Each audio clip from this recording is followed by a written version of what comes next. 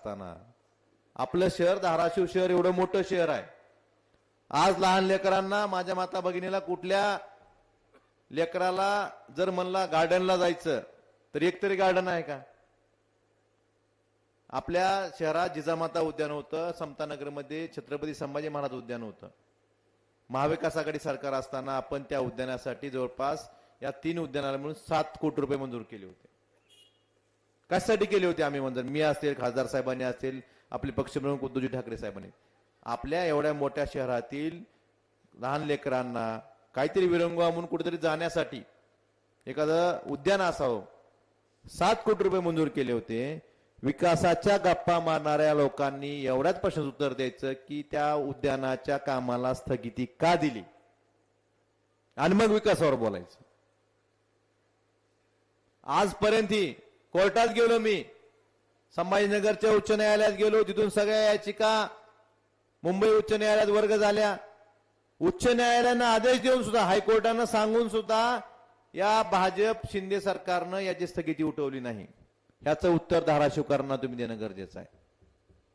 तुम्ही विकासावर बोलताना तर मग ह्या 3 गार्डनच्या 3 उद्यानाच्या 7 कोटी रुपयाच्या निधीची स्थगिती आजपर्यंत का उठवली नाही ह्याचं उत्तर धाराशिवच्या सर्वसामान्य माणसाला, लहान लेकरांना, ज्यांना एकही उद्यान नाही, यांना ह्या भाजपवाल्यांनी देणं गरजेचं आहे. आपलं जिल्ह्याचं ठिकाण आहे, पण कदाचित महाराष्ट्रातला एकमेव जिल्हा असा असेल की तिथे आठवडी बाजार भरतो, रविवारचा बाजार भरतो. आपल्यातले बरेच जण बाजारात जातात. आपण बघितली का तिथली परिस्थिती कशी आहे? महाविकास आघाडी सरकारच्या काळामध्ये या आठवडी बाजारासाठी आपण 10 कोटी रुपयाचा निधी मंजूर केला होता. तिथं रस्ते व्यवस्थित शेड व्हावे, तिथं सगळी साफसफाई व्यवस्थित व्हावे, ह्यासाठी जवळपास 10 कोटी रुपयाचा निधी मंजूर केला होता. परंतु ह्या नतदृष्ट लोकांनी, विकासाच्या गप्पा मारणाऱ्या लोकांनी, स्वतःचा विकासासाठी सत्कार करून घेणाऱ्या लोकांनी ह्या कामाला स्थगिती दिली. उच्च न्यायालयाने सांगून सुद्धा ही स्थगिती उठवली नाही. मग ह्यांना विकासावर बोलायचा अधिकार आहे का? ह्याचं उत्तर द्यावं की उद्यानाची कामं असतील, आठवडी बाजाराची कामं असतील, तुम्ही विकासाच्या नावावर मतं मागायचा तुम्हाला अधिकार आहे का?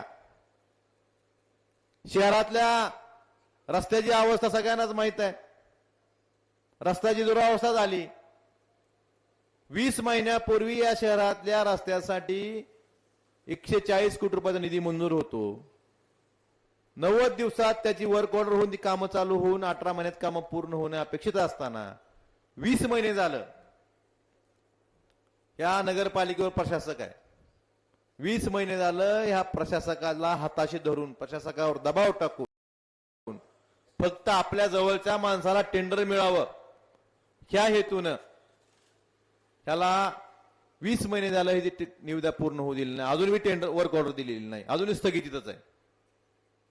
ह्याचं उत्तर काय? आणि तुम्ही विकासावर बोलता. ह्याचं उत्तर या 20 महिन्यात धाराशिवकरांना खड्ड्यामुळे जो त्रास झाला ह्याला जबाबदार कोण? आणि विकासाच्या गप्पा मारता.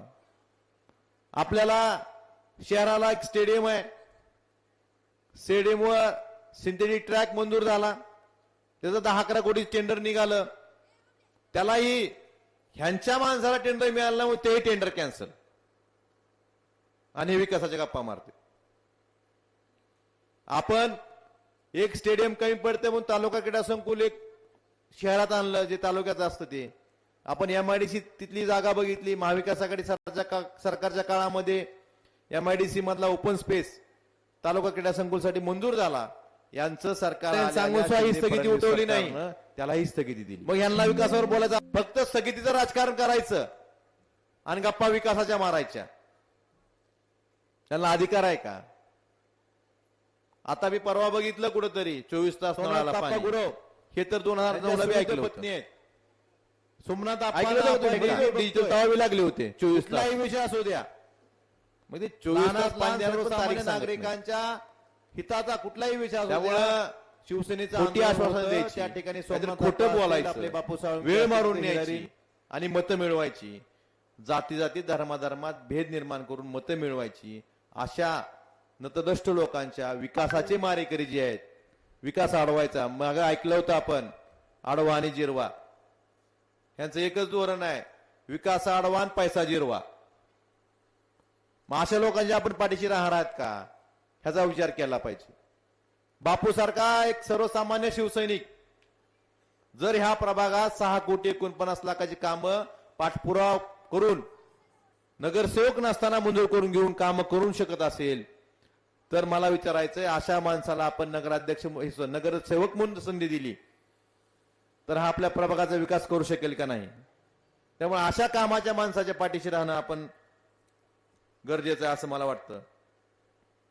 आपण ह्या रस्त्यावर बघितलं, मी आलतो एकदा रस्त्यावर, 10 लाखाचे तुकडे केले, दुराळा 3 दिवसात जोडायला चालू झाला. बरोबर आहे. मग ह्या अशा लोकांच्या पाठीशी आपण राहायचंय का? आम्हाला